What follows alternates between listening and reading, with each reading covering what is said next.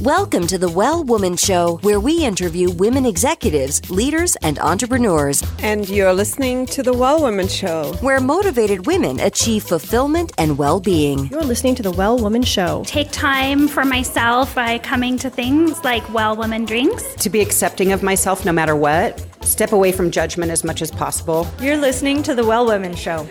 You're going to be in for a good ride. I don't regret anything. Everything I've ever done, I've learned from it, one way or another, good or bad. Being a little bit selfish for yourself, put your own oxygen mask on first and then give what's left. I'm a woman. I would prefer to tell my own story. My story, though it's very personal, is universal. You're listening to the Well Woman Show.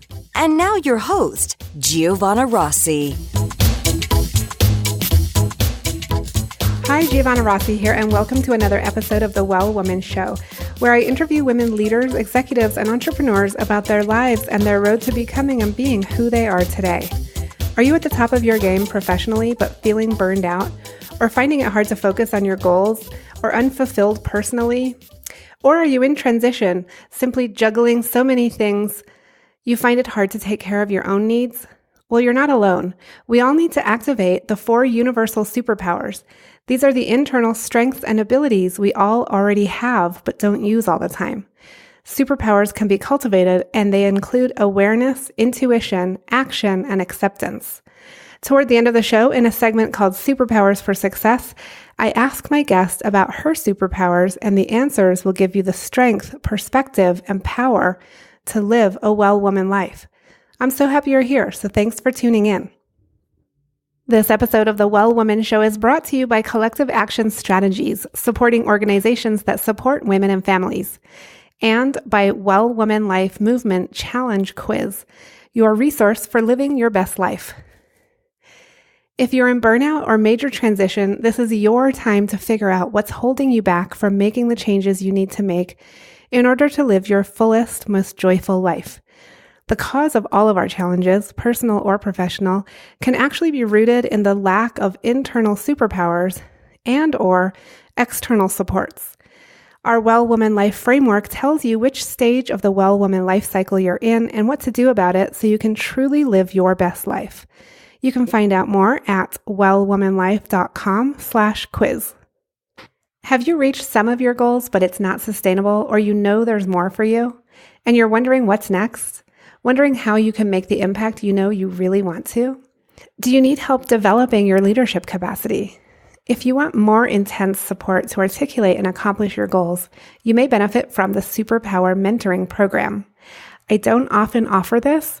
I actually usually work with large organizations in a larger capacity, but I am opening up a small mentoring group, one-on-one, a small group of women that will work with me directly, and you'll have each other for accountability and support as well. So it's something we're trying at Well Woman Life because we've heard from you that you want more support. You're ready to take that next step. And so we're trying this out.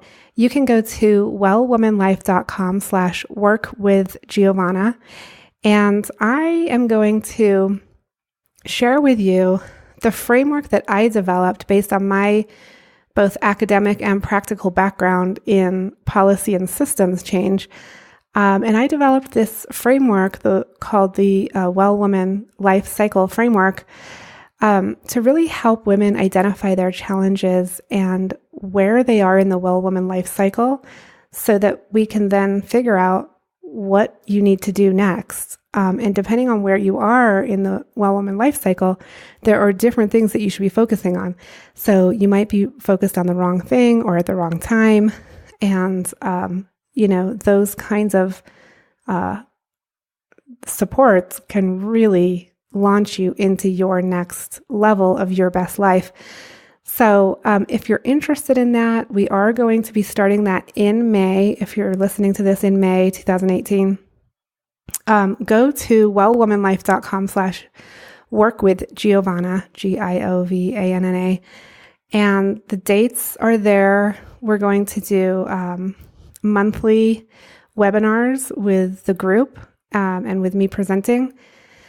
And if you can't make all of the dates, it's okay because we're going to do replay of the webinars.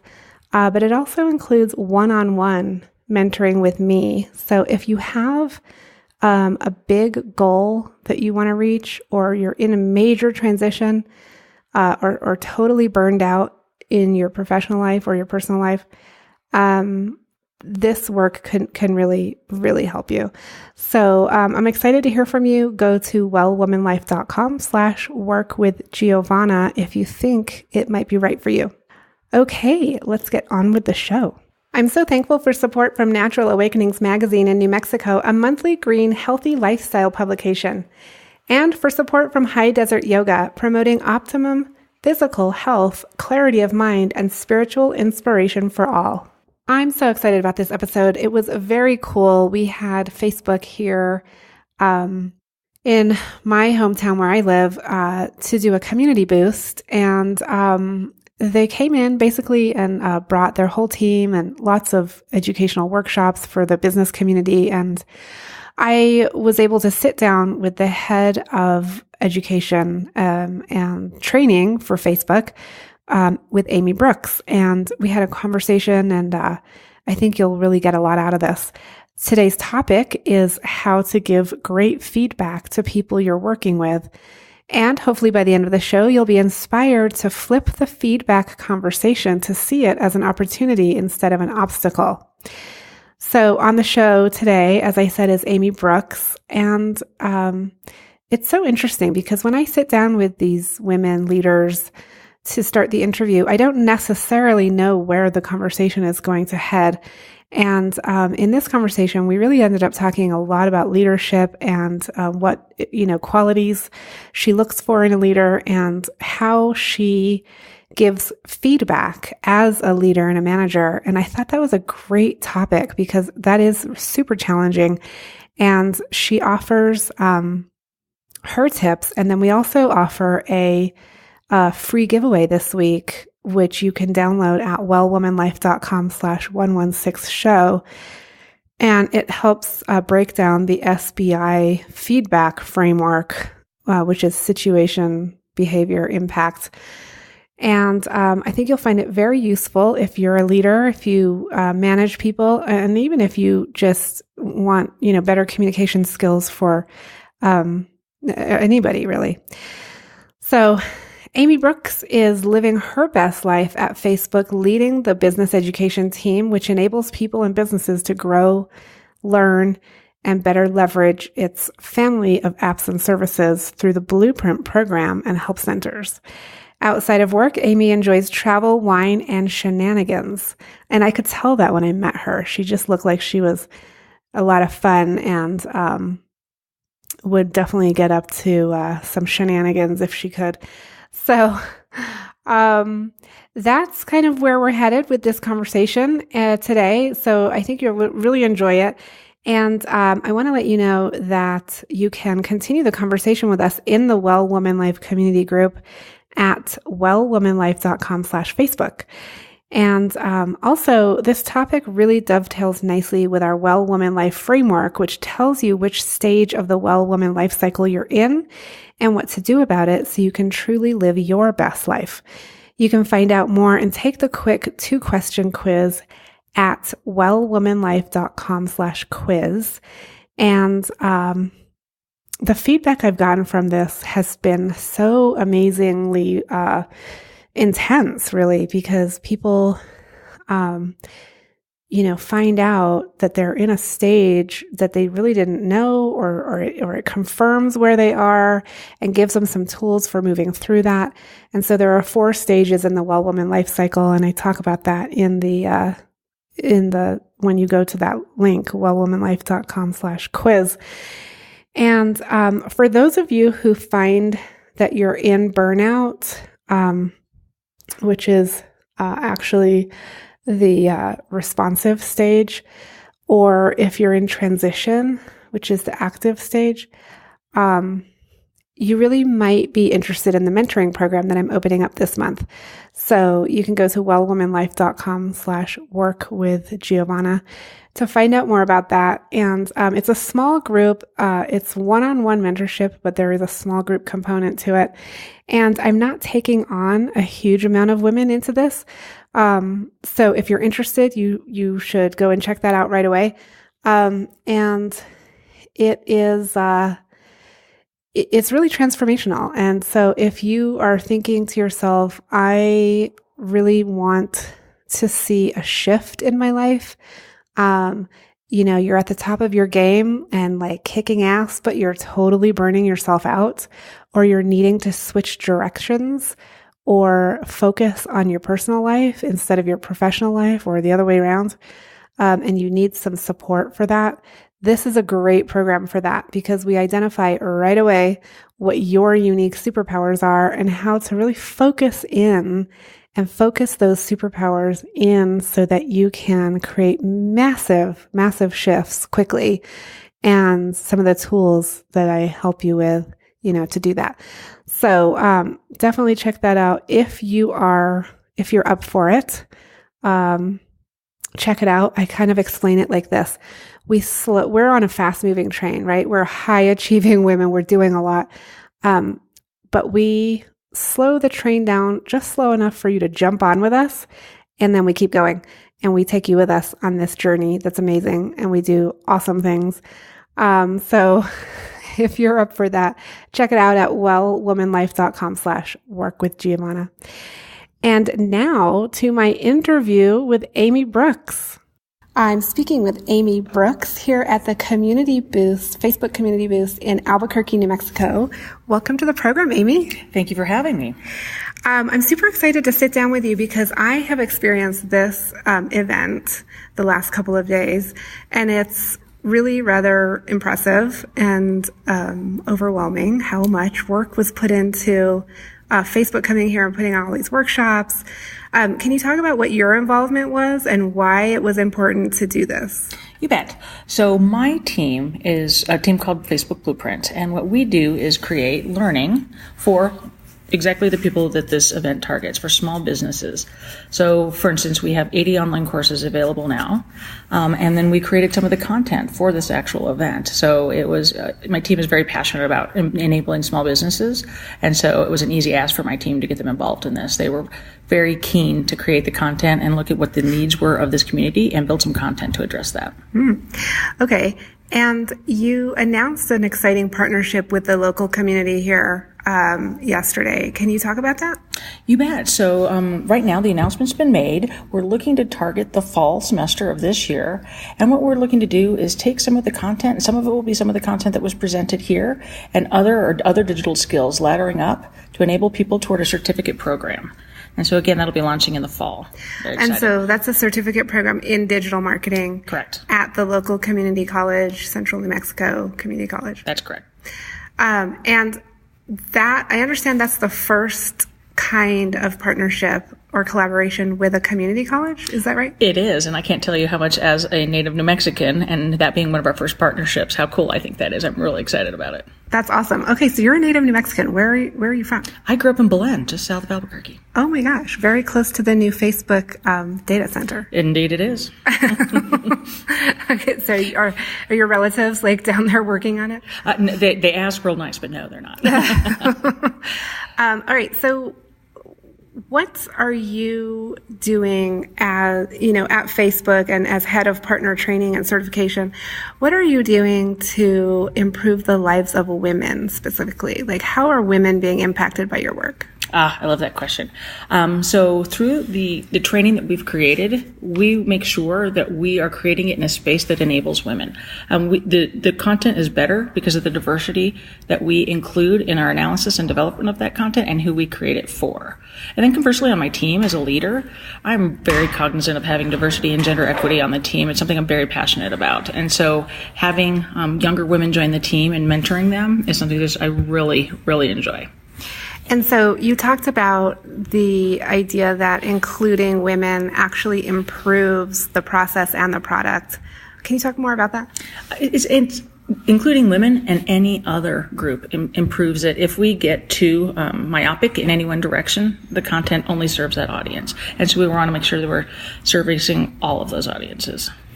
And so what's the demographics or breakdown of the folks that you work with, like the Facebook users and business owners, in terms of men and women? I gotta be honest, I don't have those exact demographics on that.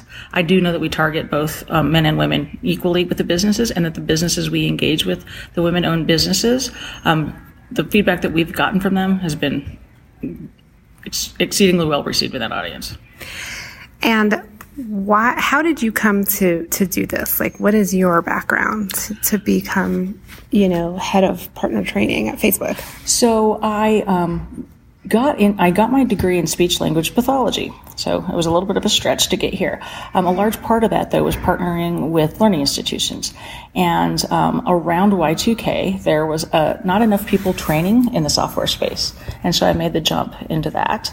And then through training and certification in software, I moved to Facebook.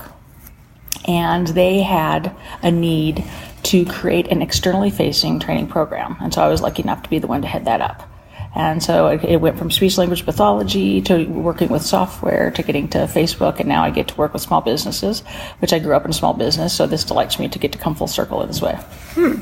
And so for listeners who might be wondering, like, how you did that, how you navigated that, what was sort of the turning point in terms of actually getting into Facebook and taking on that job? This may sound a little weird, but I never thought I couldn't. I just always assumed that I could. And so when I applied for the job, I had a really optimistic outlook for that. And I got to say, Facebook as a company is, very conscious of the diversity and folks that they handle. And I just felt like it was mine to have. Where do you think that confidence came from? I think when I reflect back on it, like growing up in a small town and having that sense of community, and I always felt like there was a lot of people that had my back. And so I've always felt very empowered in that space. And so, it's gotten me into trouble. Sometimes you can get a little overconfident in that space, but mostly it's been empowering. I just always thought I could. And how many people do you have on your team? Like, how many people do you have to manage? Right around 100. Oh, wow. Okay. And what is your leadership or management style? Like, how have you developed that? I listen a lot. There's a lot of really smart people on my team, and I'd be super foolish not to capitalize on all of the different styles, backgrounds, and expertise that's on that team. And so each one of them, with each challenge that we face, brings something different. And I love cultivating the folks that sometimes don't have that sense of community and that sense of confidence, and highlighting how much they have to offer and letting them shine.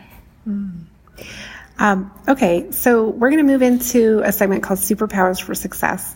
Okay. And we're going to talk about your superpowers as a leader. And the first question is, what does success in life mean for you?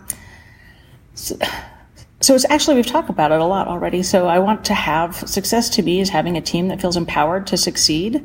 Ideally, I should be able to walk away and they can go on without me because I've set them up for success.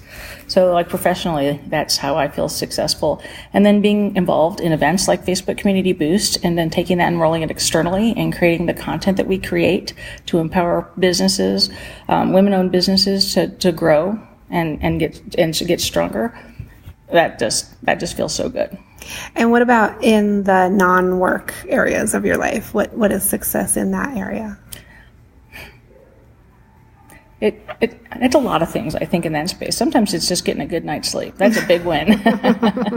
But that sense of empowerment and helping other people, that always is what makes me feel good. So any volunteer work I do, or even just talking to, having a good conversation with a friend, and making them feel a little better, that to me is a win. Mm. And when did you know you were really good at what you do? When did I know I was really good at what I did? I've done a lot of different things, so there's been a lot of little micro wins in that space. But if somebody comes to me and asks me for advice, I feel like I'm doing something right. Yeah. So that's kind of an external validation, right? Because it's someone coming to you saying that they need you for something. Is there anything internal? I mean, you spoke a little bit earlier about that confidence that you had, that's your internal, what I call internal superpower. I don't want to give the impression that I have that superpower all the time. And, I have, like everybody else, I have moments of doubt. But it's being able to reflect back on that. And sometimes I make a superpower stance to remind myself that it's in there. And some of the internal stuff, I'll go back to getting a good night's sleep. I just, anytime I can do that, that's a superpower and a win. Oh, that totally is. Sleep is so underrated and so important. Can you describe, speaking of personal habits here, can you describe a habit that contributes to your well-being? Oh my goodness, we're going to talk about sleep again. 10 p.m. is bedtime. I travel a lot, and no matter where I am at 10 p.m., it's time to brush your teeth and go to bed. It just keeps me on a good regular pattern, and I feel so much better the next day, despite all the things that might be enticing me to do other things. Yeah, right. And what if you're traveling late? Like, do you try to get your airplane schedule to arrive earlier and stuff? I wish I had that luxury. Airplanes do not bow to my whims and needs. I find I have to go when they go. But one thing I do is on airplanes, I used to try to work a lot, and I was like, okay, I'm on a 10-hour flight. Think of all the work I could get done. And I flipped that a little bit because I'm on that airplane for 10 hours, and I gave that time back to myself. That's my me time. I'll be honest with you, I've watched the first half of a lot of movies because my me time often becomes my sleep time then. Right. So I don't know how a lot of movies end, but I know how a lot of them started. You can make up your own ending, right? Right? In your dreams. And Amy, what superpower did you discover you had only to realize that it was there all the time? I have to give feedback a lot in my role. And I think a lot of people think getting hard feedback is the worst, but sometimes it's challenging giving it.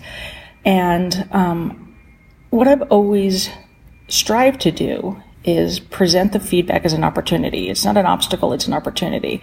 And I felt very much like that was hard and I was struggling. And I was saying when somebody, comes to me for mentorship, somebody asked me how I do that. They said, "You're so good at giving this feedback. How do you do that?" And I kind of gasped and clutched my pearls, and I was like, "Oh my God, am I good at this? That's amazing." Thank goodness, because it's something I really, really want to be good at. And so I can mentor people and guide them from seeing obstacles and flipping that into seeing opportunity. And without making them feel bad and defensive. Ideally. Yes, absolutely. That's always an added bonus. Right. So what is your strategy there? Like, how do you do that? Do you have a... So what I typically do is ask them what they see as the challenge. And then as we speak through that, start talking about what they can do. As a leader, a lot of times I'm in a place where I remove roadblocks. But I want to empower them. I want them to figure out how they can remove those roadblocks themselves. And once they have that moment of realization that that was their superpower all along, that feels really good as a leader to get them to that space. Yeah, that's so important to not swoop in and save the day all the time, right? As the leader, but to actually empower them to figure it out. Sometimes. I mean, I want to go in and be the hero for my team and make everything okay, but that's not going to make them a strong team. And to be a strong leader, I have to make a strong team. And so sometimes I have to step back and just watch them be the amazing team that they are. Yeah. And so speaking of leadership, what are the most important qualities in a leader, do you think? Empathy. Nobody was born in the role that they're in now. Most of us worked our way up and remember what it was like to be in that space where you maybe didn't feel empowered and there were all those frustrations. So always listen to your team. Because if you spend the time hiring the good team, which I feel strongly is one of the most important things you can do, recruiting and hiring and building a strong team, that's where you should spend so much time and effort, and then trust that team that you built. Yeah. And so speaking of interviews, when you're hiring, are you in a lot of, like, all of those hiring interviews? I feel like I've been in every one, probably not all, but most. Yes, very much. I want to be a very big contributor in building the team. And do you have like a question that you can share that you ask in an interview that really gives you insight? I do. It's my favorite question to ask, and I wait till the very end of the interview. And before I ask this question, I let them ask any questions at all, so they've had a little bit of time. And then at the end, I ask, what's the one thing you want me to know about you? And it's super interesting, some of the responses I get, because some people automatically flip to this very business-like mode, like, I'm an overachiever and I will work all the hours and this kind of thing. And then some people will say things like, I'm a mother, and it's really important to me to have time with my children, or hiking and my yoga are important. And so I can see kind of what's important to that person and what drives them and what motivates them. And so that if we do take them on as an employee, then I know what they need to care and curate to make them feel good and be a more, so they can bring their whole self to work. Yeah. How important is it for Facebook to meet the needs of their employees like that? Like, with employees juggling multiple things like being a mom. And we talk about that a lot internally at Facebook, and of the places that I've worked, I think they're one of the most successful. We have a lot of flexibility in when and how we work, and bringing our whole selves to work. Every little bit of you gets to come to work. The mother, partner, daughter, all those bits get to be there, and all the things about you. And so it brings a lot of openness to the folks. It builds a strong team, and I really truly feel it makes people do the best work that they can do. Yeah. It's so interesting, isn't it, how that's changed over the last couple of decades? It's been fascinating to watch. Because it used to be, when I started my career, I was one of the only women in the room. And now I'm one of many women. And, I think most women of my generation remember the time where you kept a lot of that in the closet as a side dish, because it was viewed as a weakness or something that you might have to tend to that'll take away from your focus. And now it's so awesome that women are able to bring their whole selves to work, and they're like, you know what? I've got a ballet recital I need to go to, a baseball game, and everybody's okay with it because everybody's like on the same page with you need to mind all those things to be your best self. Do you actually have like childcare on site and that kind of thing, or? That is not something that I'm aware of that's provided at any of the offices. I just wondered because that's one of the things that people are talking about. But you probably provide other things like flexible scheduling and exactly paid time off for like maternity or medical. I'm very generous in all those. Facebook is well known. If you look at Glassdoor, those types of rating systems, Facebook typically does very well in those categories. Okay, Amy, what advice would you give your younger self, say 25 years old? When I was 25, if I could go back and say, Amy, you're 25-year-old, relax, it's going to be okay. All the things you worried about at 25 and how things were going to work out weren't as big a deal as I thought they were. The things we're talking about now are the bigger deal, like taking care of your whole self. Get the sleep, for crying out loud, get the sleep. That's the good stuff. But do you think you would have listened? Absolutely not. 100% no. I was very committed to my career and doing like all the opposite of that. I know. It's almost like we have to go through that. Yes. Age is wasted on the young. Exactly. Yeah. And then it's like, well, I would have told myself that, but I wouldn't have listened. Do you identify as a feminist? I do, but no. And let me tell you how I explain that. I just assume that women have an equal seat at the table. Because that's the right thing to do. Like, why wouldn't it be that way? I am very seldom these days disappointed, which is delightful, because like as we were talking about, it was quite the opposite. But I'm very conscious now, if I do see any inequities happening, to call those out in the moment, because sometimes those biases are unintentional, and people don't even know they're doing it until you make them aware, and that helps just elevate everybody in the room. Yeah. I mean, that's the internalized part of it all, right? Right. It's the whole like, oh, I didn't realize, but allow me to help you realize. Yes. Let me point that out to you. Put a big fat mirror in front of your face. So how do you do that? Like, how can you give an example of when you've had to call someone out? Yeah. So it was it was a review cycle, and we were talking about someone, and it was a male manager talking about a female employee, and used a term that was very gender specific. And I called out to him. I was like, would you have called a man by that same title? And he looked at me and blinked, and he said, of course not. And I was like, well, then is that an appropriate title? And he said, of course not. Blink, blink. And he's like, oh, I just did bias, didn't I? I'm like, yeah, you did. So let's not do that again. And I never heard him do it again. So you helped him point it out, but then he actually acknowledged it. Yes. Instead of and I think that's important, that he acknowledged it. If you can't just call it out and just hope for the best. It's got to be a conversation. Yeah. Yeah. So the way you just described your own version of feminism is actually how I define feminism, which is to support, to work for, economic, social, and political equality for women. I just think sometimes people don't identify with the word. Is that maybe where you were coming from? No, it's more that it's not front of mind, because I assume Yeah. It's a real thing all the time. And so sometimes I have to get reminded to get my feminism on. But I think that's a great thing, because it used to be, 20 years ago when I was in the workforce, it was front of mind. I was always conscious of the things that were being said and sadly didn't feel like I could say anything. And now I feel very empowered to call it out in the moment. Yeah, it's like normalizing it. Exactly. So it's so normal that you don't feel like you have to. It's a delightful flip that feminism is normalized rather than being the exception now. I love that. Yeah, isn't that amazing? Oh, thank goodness. We waited long enough, didn't we? We still have a lot of work to do. But, indeed. But we're getting there. Yeah. So I just want to ask you one last thing, which is what are you reading right now?